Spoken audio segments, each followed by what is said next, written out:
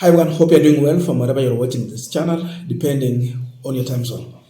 Now, William Ruto appointed the former Kakamega Governor Wycliffe Oparanya as CS for Cooperatives and Micro, Small and Medium Enterprise Development. Now, after that appointment, it was not appointment by the way, it was nomination.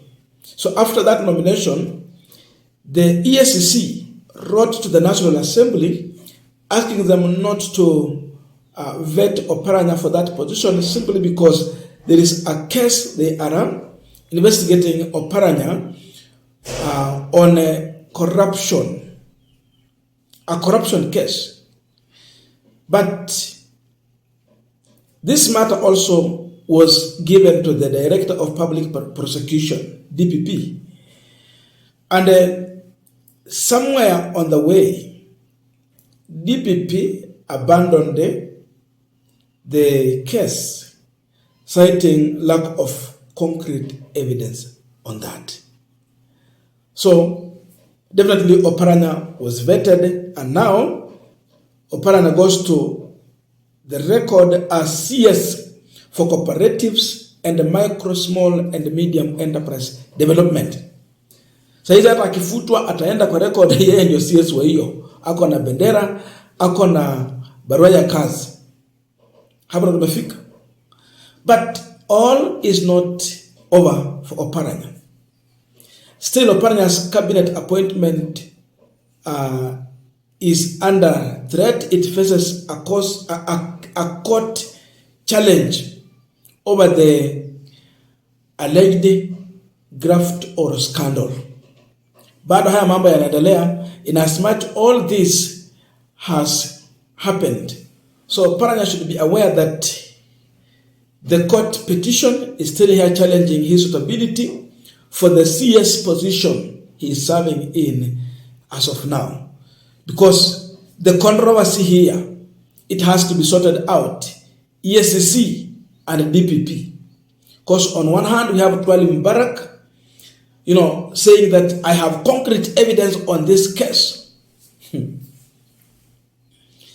That there was a kind of conflict of interest and the money laundering when Oparanya was giving out contracts. Oparanya anasema contractor alipea loan, mambo kama hayo. So definitely you find out that there can be a reason, there is something that the governor has to answer why the contractor had to wire money back to his own account. So Charlene is already bringing that out. Then we have on the other hand, DPP, Ransom Ingonga. Ingonga abandons the case and anasema hakuna concrete evidence. So in all this, on Tuesday, I think yesterday, August 13th, a concerned Kenyan by the name Frederick Mulala, he's a concerned citizen, has filed a petition at Anti-Corruption Division of High Court and is arguing that the DPP decision to drop the charges was illegal and it compromises the principles of transparency and accountability. That's now the legal challenge that Oparanya is facing right now. So this guy is now asking the court to order full review of DPP's decision to drop the challenge or the charge. So the court has to look into that. Full review. EACC has brought this to you. Now you make a decision to drop it. We need a full review of that. That means then they are inviting back the file by EACC to DPP. That is the challenge that Oparanya is facing as of now. Now, as we continue with the panel discussion, just a quick request for those who are watching and you are not a subscriber, please consider subscribing. To our return subscribers, I must say thank you so much. And again to all our viewers, please give this video a thumbs up. Thank you so much, and back to this discussion. Now, if you look at all that, you see impunity. And again, we see favorism. Because look at this. Oparanya is a Luhya. The question that now comes here. DPP, a Luhya, Ngonga. So, was he dropping this charges simply one of the tribesmen has got an appointment in the government, or what was the reason behind that? And who asked him to do so? Who influenced him to drop those charges that was brought to his table by EACC? Hizi zote ni asasi za serikali. EACC, DPP. EACC imesema hivi, asasi ya serikali. DPP, asasi nyingine ya serikali. Why? People are questioning that. But the good thing is that the person who is now challenging this also, to show you indeed that in Western hakuna mambo ya tribalism, is a Luhya, Mlala. He's challenging the move by DPP. Sasa imekuwa ni vita ya Waluhya hapo, Waluhya watatu, alafu tuko na EACC yako hapo pia. In all this, first of all, by the fact that EACC wrote to the National Assembly, I think they produced the file there. National Assembly had a decision. Sababu kikao cha National Assembly ni karibu sawa na High Court. They had a decision also to consider this recommendation by EACC. But above all, in their vetting, they also had a decision to reject his nomination because of that. You can decide, okay, we are going to vet you. But through the vetting process, they had to reject him because of the allegations of corruption. You know, allegations sometimes are just enough to tell you, go and clean your name, then come back. Why hurry? Kwani bila Oparanya kukuwa na mtu mwingine angefanya hiyo kazi? Why hurry? But instead, because impunity is the order of the day here, they approved Oparanya. So, kama Oparanya anafikiria ya kwamba EACC wameleta, DPP amekataa, hiyo ndio mwisho, it is not enough. Someone is back in court challenging the decision by the National Assembly to pass Oparanya, and then, you know, Oparanya now is here as CS. So back to court.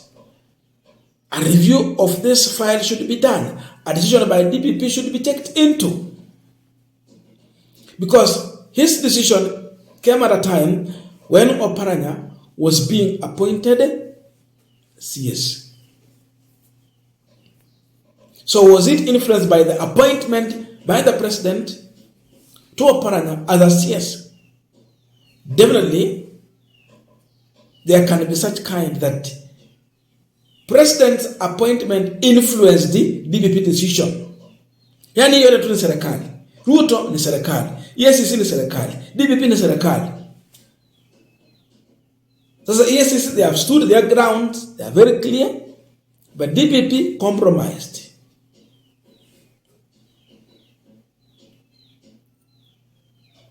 Why the hurry? That's the question people are asking also here. Why hurry to appoint Oparanya? We have to, you know,